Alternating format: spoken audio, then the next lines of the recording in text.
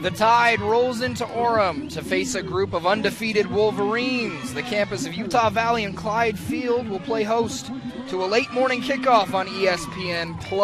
Hello everyone, Brigham Harris here to guide you through this non-conference battle between the Alabama Crimson Tide and the Utah Valley Wolverines. The Tide, with a record of 4 wins, 1 loss, and 1 draw in the season, are completing a 3-game road trip today after facing the University of Utah and BYU. Utah Valley coming off a highlight-packed 6-1 win over Idaho State and have not been bested so far this 2022 season.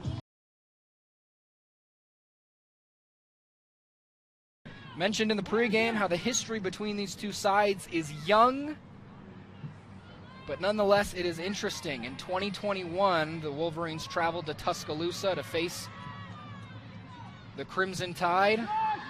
Ended up losing that game 3-0, but in the pregame interview, Coach Hart said that it was closer of a game than the scoreline showed. Some of those aggressive changes that Coach LeMay mentioned before the game, he said they usually play a 4-3-3. Today they're playing a 3-5-2.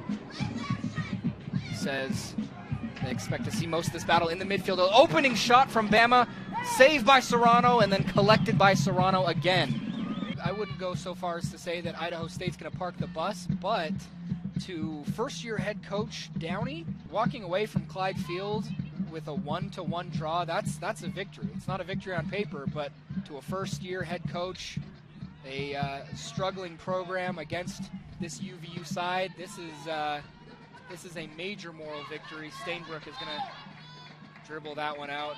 Utah Valley has not lost a game here since last year against USC. I think they were 24th ranked, USC at the time.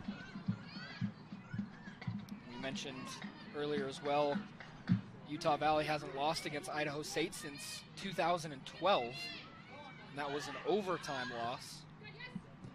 The last 3 times these two teams have played, Utah Valley has absolutely dominated. 5-1 in 2016, 5-1 in 2015, 4-2 in 2013. All right. The attack here is on, across to the far post, diving header off the post and in! That was beautiful. A wonderful play from start to finish. Faith Weber with the left-footed cross.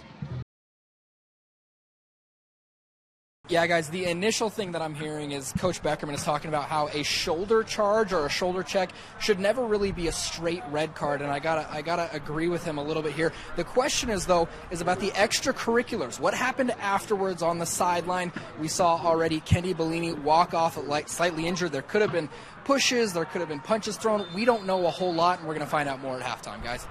You guys were talking about you do expect to see at least another goal, and I got to hop on the bandwagon. UVU, actually, their only victories this year are by 2 goals or more. This is and would be the closest victory that they have had here at Clyde Field. They're undefeated, so if they're able to hold on to this result and get another one, it would be par for the course.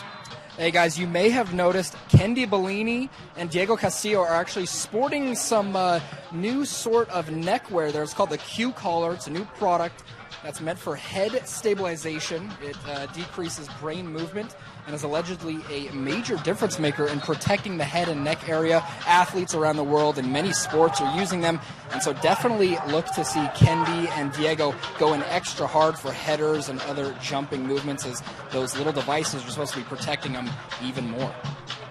That is Alejandro Silva, and believe it or not, that's actually his first goal of the entire season. 4 assists on the year, and he's involved in pretty much every build-up, every solid play that UVU has had all season, but it's crazy to say that the number 10 just claimed his first netting goal of the 2022 campaign, but could maybe be the most important goal of the season, guys.